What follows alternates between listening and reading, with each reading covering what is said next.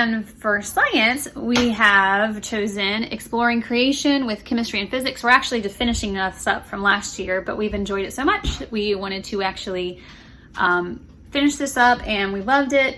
We are actually going to finally stop doing Apologia. We have loved every single series that we've done, but I wanted to cover a general topic for my kids, my middle kids, so that they can kind of cover all of it. Because they were all interested in plants and gardening. We actually have a gardening class with our neighbor, which was really cool that he was up for that. He's a really good gardener, and I have no green thumb. So this is, I chose Masterbooks Adventures in Creation, level 1, and that also covered the human body as well as plants and botany. So instead of doing a one whole big thick series, which is very good, I love these.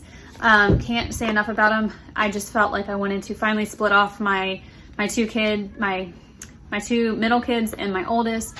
My oldest is actually going to go and do a book called Balancing Chemical Equations, because that's more the math side of science, and it's really early, but he is definitely ready for it, I believe.